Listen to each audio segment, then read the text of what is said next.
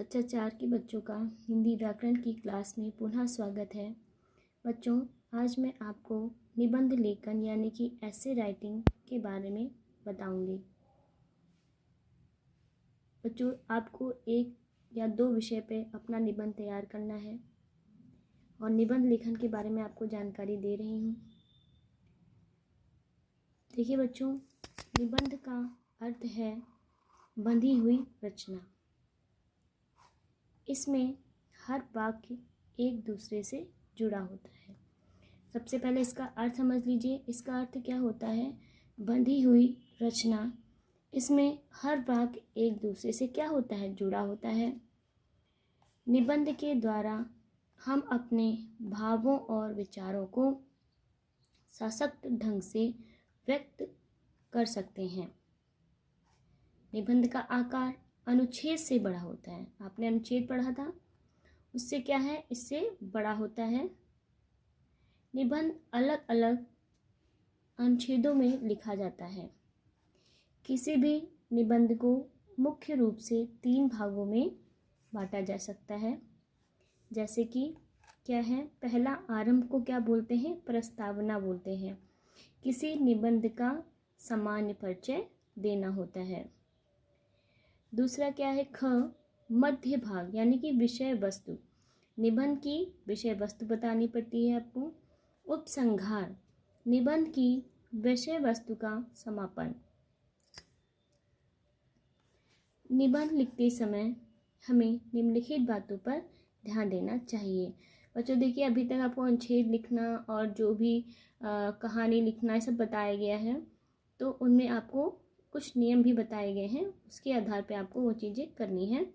तो देखिए बच्चों, सबसे पहले हमारा क्या है? रूपरेखा के अनुसार अपनी बात का अनुच्छेदों में लेखन करना चाहिए। निबंध की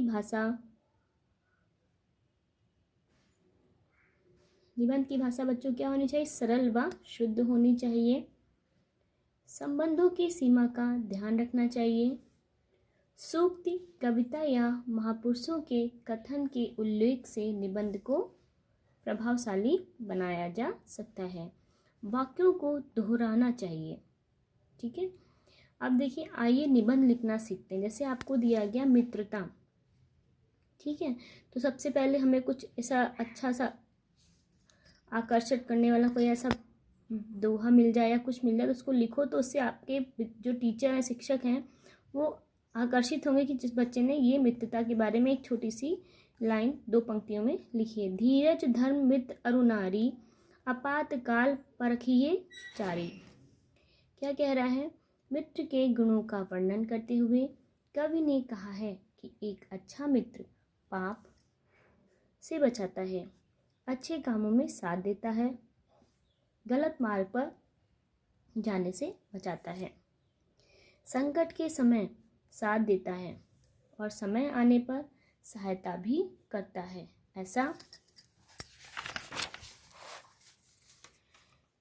मित्र मिलना आसान नहीं है।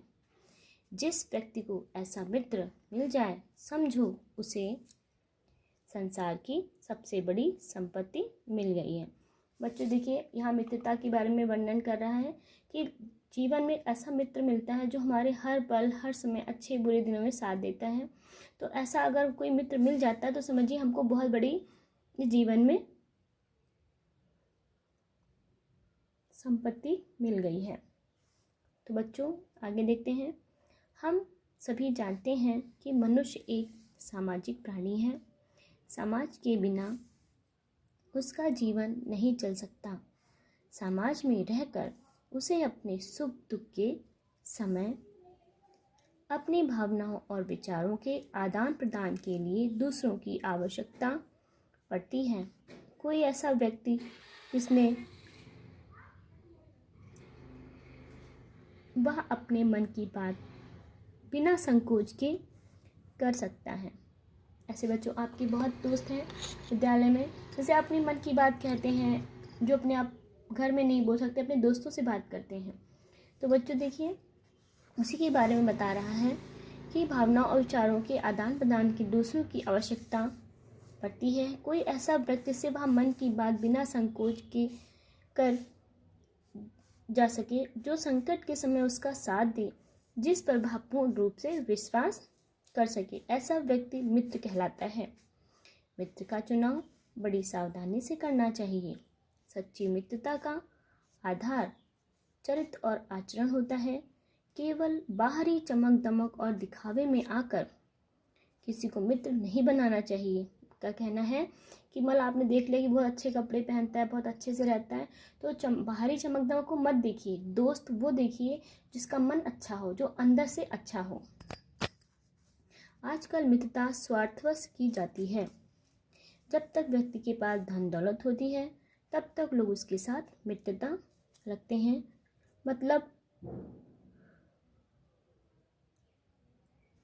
निकल जाने के बाद यह संकट बादल छाने पर साथ छोड़ देते हैं।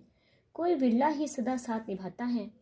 किसी कवि ने सच ही कहा है, मित्रता बड़ा अनमोल रतन, कब इसे तोल सका है धन।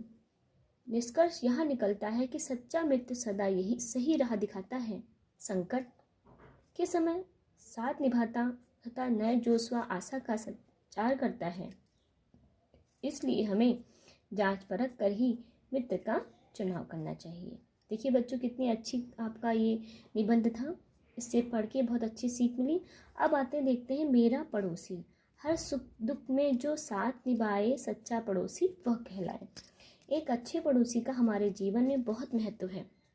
यदि पड़ोसी अच्छा है तो समझिए कि जीवन सरल हो गया, परंतु यदि पड़ोसी दुष्ट है तो जीवन का आनंद समाप्त हो जाता है। आवश्यकता पड़ने पर पड़ोसी जितना काम आ सकता है उतना शायद मित्र व संबंधी भी नहीं आ सकते। यदि पड़ोसी अच्छा है तो हमारे जीवन को भी अच्छा बना सकता है। बच्चों देखिए, इसमें दो चीज़ें बताई निबंध में। एक, मित्रता अगर अच्छी है तो हम अपना सुख दुख अपने मित्र के साथ बांट सकते हैं। अगर पड़ोसी भी अच्छा है तो उससे भी हम अपना सुख दुख बांट सकते हैं। यदि पड़ोसी अच्छा है तो हमारे जीवन को भी अच्छा बना देता है।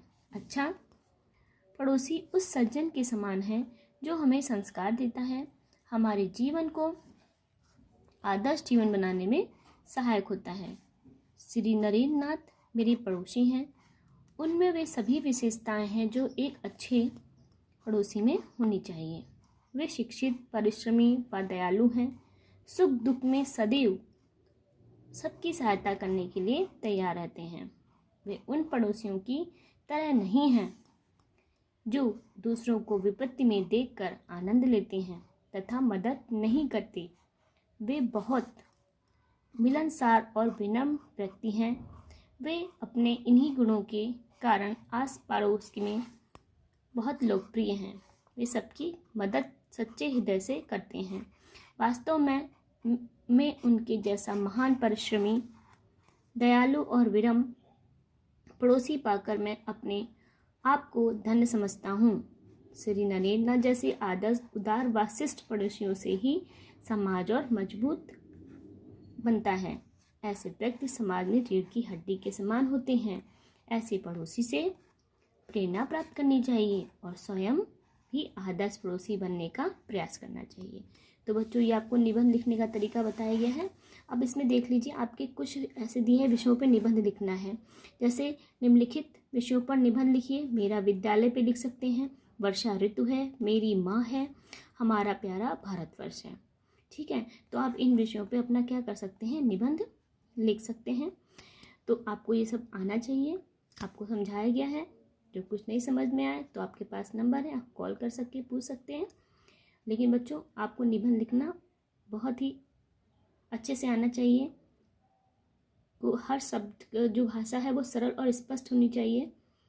तो बच्चों, आपका ये पाठ यहीं पे समाप्त होता है। हम फिर मिलेंगे नेक्स्ट वीडियो में। धन्यवाद।